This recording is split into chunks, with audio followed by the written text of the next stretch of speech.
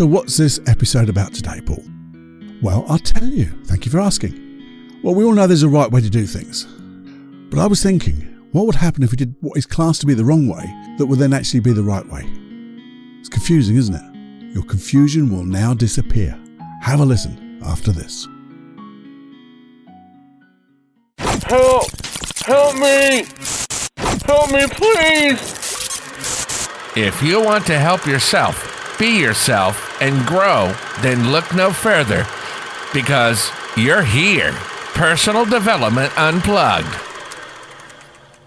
Warning. Warning. Warning. Warning. You are entering into the unplugged mind of Paul Clough. Too late. Personal Development Unplugged. Preparing for success. What's that about, Cluffy? You see, I was thinking the other day, there's a wrong way to do things. There's a right way to do things. But also, the wrong way can be the right way. What? Well, let me rewind into something. You see, I love teaching a lovely protocol created by a guy called Robert Dilts. Robert Dilts is a great pioneer and one of the very, not the first, but the first like apprentice of the NLP group ever. The very first person to help the two co-creators, as it were. And he calls it logical levels. And it's logical levels of personality. And there's some people agree with it, some people don't, but that doesn't matter because I think, to me, it just works. Now then, what the hell are we talking about? Let me tell you this. So basically, if you can imagine this, imagine a triangle. And that triangle has lines going horizontal across it. And they're equally spaced to give you 1, 2, 3, 4, 5 equal spaces going all the way down. A, B, C, D, E. Imagine that. So if you can imagine at the top, that top little triangle, the A as it were, it's where I am, your identity, who you really are. And you see, from that identity, you can go above the triangle into your connection to everything else. But basically, that top triangle is your true identity. Not the, well, I'm a teacher, because that's not your identity, that's what you do. Or I'm just this. No, that's what you do. They're behaviours. Who you really are inside. And then just below that, the B, as it were, are your beliefs and values. Those core beliefs, those core values, the things that you believe about yourself. And also the values, the things that are so important to you.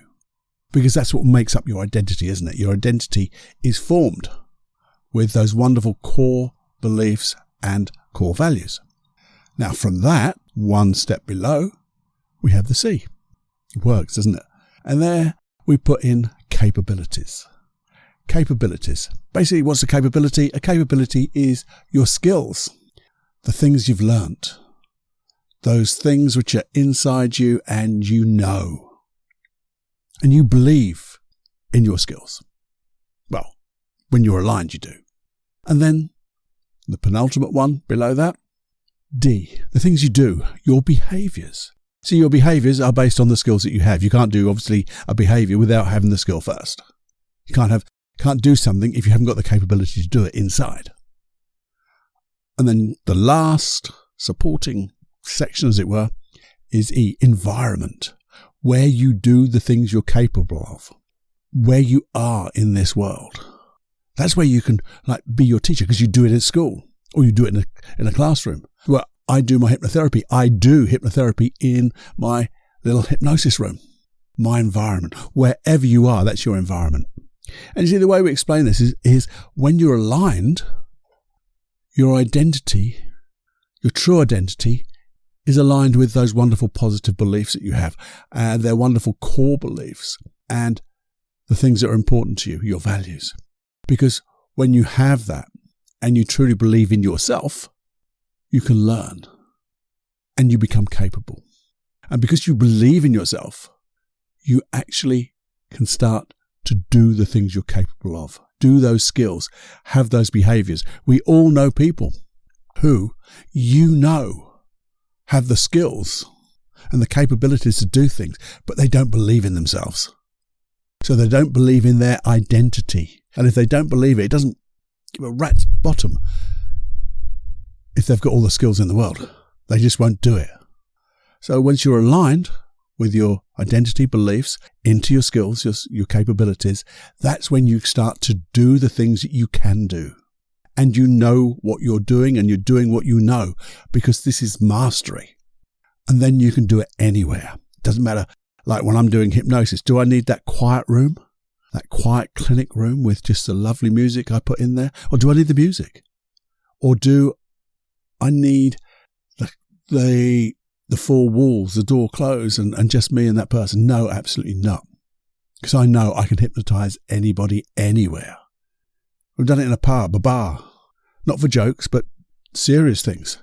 But it doesn't matter where you are. I've done it outside, inside, any room. Just, hey, got a minute? Let's do something if it's important to you. And I love this process of going from your environment all the way through to your identity, getting a symbol that really matches your true identity and your beliefs, and then come back down. It's a lovely process that we do when we've finished our NLP practitioners. And they go through this and it's spatial as well. So they start to walk into these different spaces. And it's so moving. In fact, they're in hypnosis, spatial hypnosis, as it were. We've done it with so many people. And we always start with environment, going all the way up, all the way down. Now, okay, that's the Robert Dilts logical levels. And that's why when I'm working with somebody and they come in the room and say, I can't do this, or I'm feeling fear, that's a behavior, doing fear. Do I work on the doing, the behaviors? Absolutely not. I find where the problem is at the belief level, at the identity level. And once we work on that, boom, everything just trickles down and changes. Now, if you remember, way back in the podcast, #195, Wakey Wakey, we talked about retreats. And maybe it's a retreat that is created by somebody else. Or you can have those more personal retreats where you go away for a couple of days. Or you go away with somebody. And as I said with my son Daniel, we would go out for just 2 to 3 days, work in the morning on ourselves, meet at lunchtime, work in the afternoon ourselves, and then have a lovely evening together. And the thing is, if you are aligned and your identity is aligned with your beliefs and values, and that's belief aligned with your capabilities and your behaviors and environment, yeah, you can do it anywhere. But the thing is, then I got to thinking, this thing about maybe you have to do it the wrong way first as well. Or as well, not first, as well. Because it is all about preparing for success. Because if you're doing any work on yourself, you're going to be working on, hopefully, those beliefs and values, because you know they're going to make a difference to the skills you've got, the ability to learn and the things you do, and your identity to feel that you are who you really are, the real you. That's preparing for success. So all this work in personal development unplugged, the mini retreats, the hypnosis is all about that. And the thing is, I want you to get the very best, the very best, the return on your investment. So putting in, say, the least amount of effort, but the right amount of effort, but not more than you need to get the maximum return. That's what it should be. And it can be, because as long as we do the simple steps, they're not necessarily easy, but they all down to you to do. You have to put the effort in to do it. But when you do the right steps, you get massive returns. So here's the thing. This is what I was thinking. If you're going to do anything like this, you're going to work on yourself. And in fact, you can say any project at all. I just got wrapped up a little bit in that wakey wakey retreat stuff. But any work on yourself or any project, I think sometimes you need to get the right environment as well. Yes, you can do anything anywhere. As I said about the hypnosis, if it comes down to it, we just do it wherever we are. But, and don't like buts, but here's a little but. If you're preparing for success, you're going to do some work I also think you should consider what is the best environment that I can give myself. And that's just not externally. Externally, it might be a quiet room. It might be a place where you have some music. Maybe the lighting is just right. Maybe you're not going to be disturbed. Your phone's out the way. The internet's off, or whatever it is. You got that right environment, the best environment to give you that state that you need. And that's the thing, that state. That's the internal environment. Considering how would I want to feel to get the best return on the effort I'm going to put in. Maybe it's just being focused. Maybe it's being relaxed. Maybe it's having an expectation of a good result. I love that. I love teaching my coaching clients, and when they go through a process, just go back to a time in your life when you expected something to happen and it did, and it was successful and you enjoyed it. And if you take on that state before you do the next thing, no real guarantee, but the old Cluffy guarantee sort of comes in here, you've got an opportunity, the best opportunity to get the result you want. But there's one more to do, and we talk about this a lot. Intention. I think that's equally as important as your state to setting the right internal environment. What are you trying to achieve?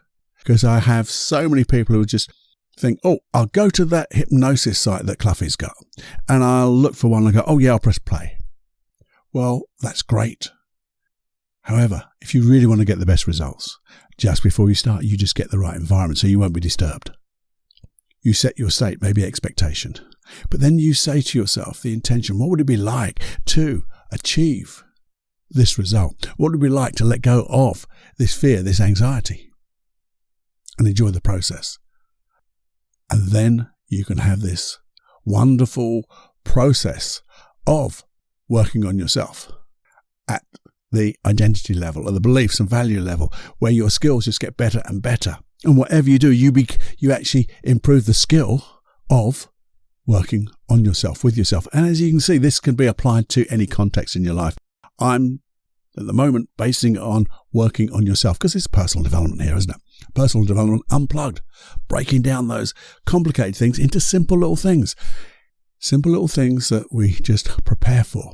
Because you see, you have to sow that seed. And the metaphor, as you know, will be seeds need the right soil before you can nurture them. So that's why we need to get that right environment externally, and I think more important, internally. If you can't get the external, you must get the internal right. Having the right intention, having the right state. Because if not, you might as well just, I was going to say pee in the wind, but I didn't. Well, I did. Because you might as well. Because you'll get, if you're only putting half your energy in and you're not really focusing on the result you want, that's what you're going to get. Half the result, because you don't know what it is. Getting that right environment internally, setting your intention, finding the best state, and then nurturing that seed, the seed of success. Now this goes away from absolutely everything we just said, from going all the way down, you can do anything in everywhere, but it is that internal environment, making yourself the right person. Because if you think about it, when you set your intention, you've got to be, believing that you're going to get something from this, because you're not going to wonder, are you? Oh, well, I wonder if I could. No, my intention is to let go of this issue. My intention is to learn. So you believe in yourself. Where is that? That's the top of the triangle, isn't it? And I believe in myself. That is the identity level. I believe in who I am. I also believe just below that I'm capable of doing this. And then when I set that right state, I'm using my skills, my capabilities to do that behavior. And when I'm locked into both of those, holy hell, it's got to be successful, isn't it? And then what happens is, as usual, this becomes a habit. So you start doing it more and more. And as you do it more and more, you may even envision the result to get an even stronger intention, an even stronger state. But just doing this as call it a conscious practice. And what does practice make? Perfect. No, it doesn't make perfect. It makes permanent. So good practice Not the old general wishy-washy practice, but this is good, intentionalized, state-bound practice with forethought.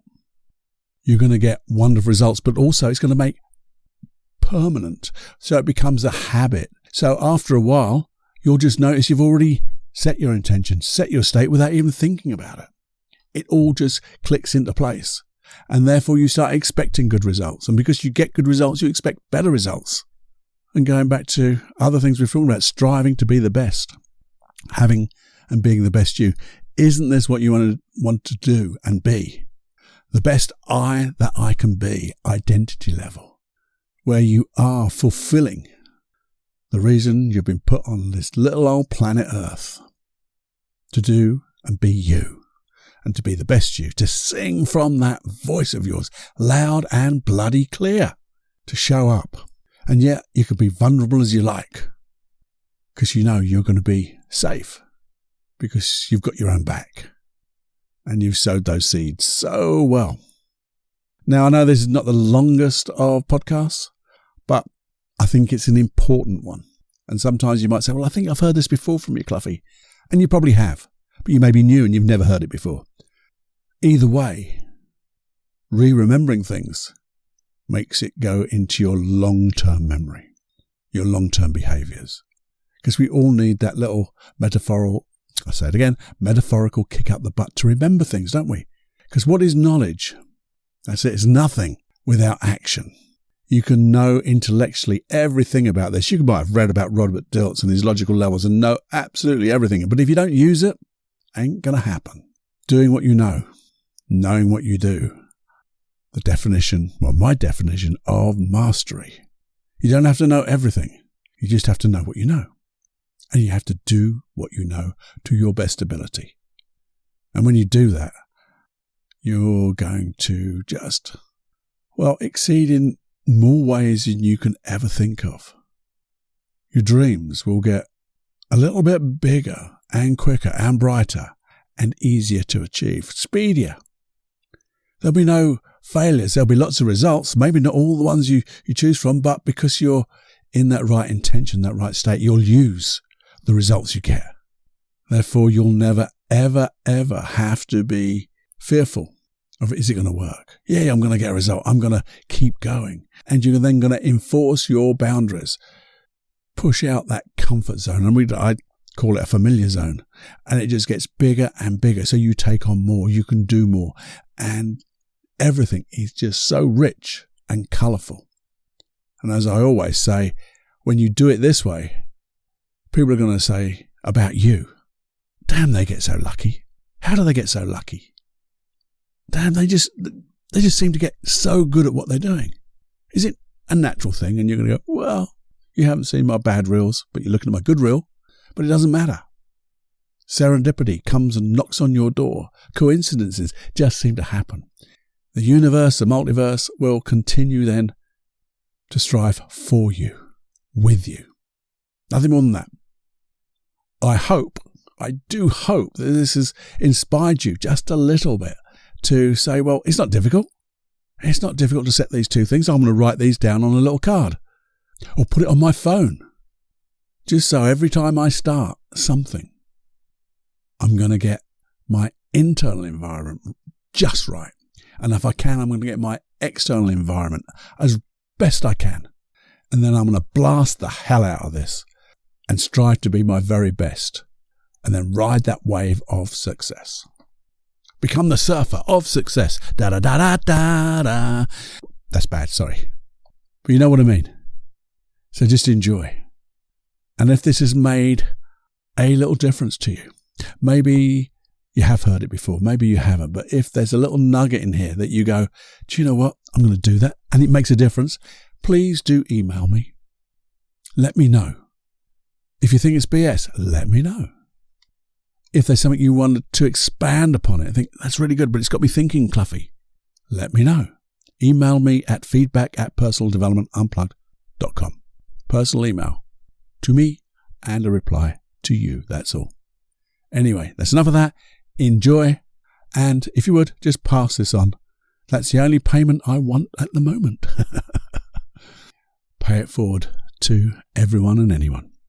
Have more fun than you can stand, and have that internal environment spot on. See you next time. Bye-bye now. I really hope you enjoyed this episode of the Personal Development Unplugged podcast, where I, Paul Clough, try to deconstruct the complicated, the things that have been made complicated, into easy steps so we can get such a big return on our investment and become who we're really destined to be, and we should be and could be, and sing from our own voice, follow our vision, and just get what is here for us in this world, and make this world a better place than it was when we first came into it. That would be awesome.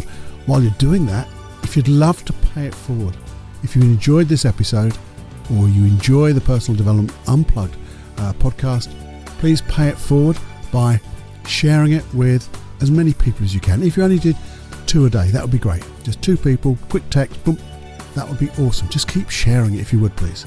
It really helps people listening. Obviously, more people listening, more people get this, we will make a difference.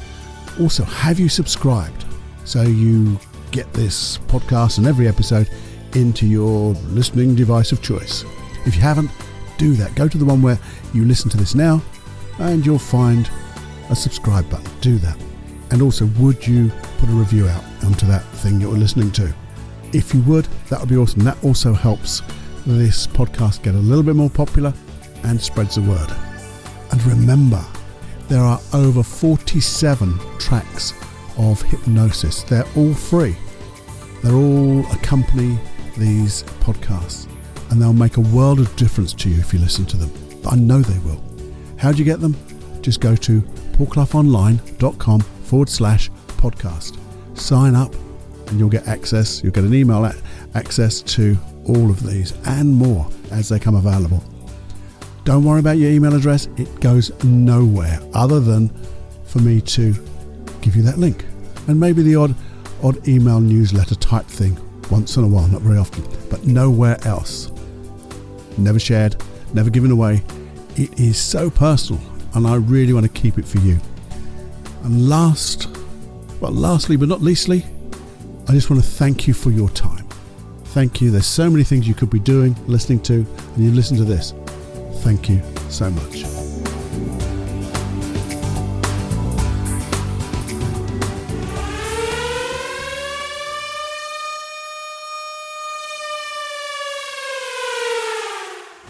Warning, you are now leaving the unplugged mind of Paul Clough. It's time to fly on your own. Be brave, my friend. Personal Development Unplugged.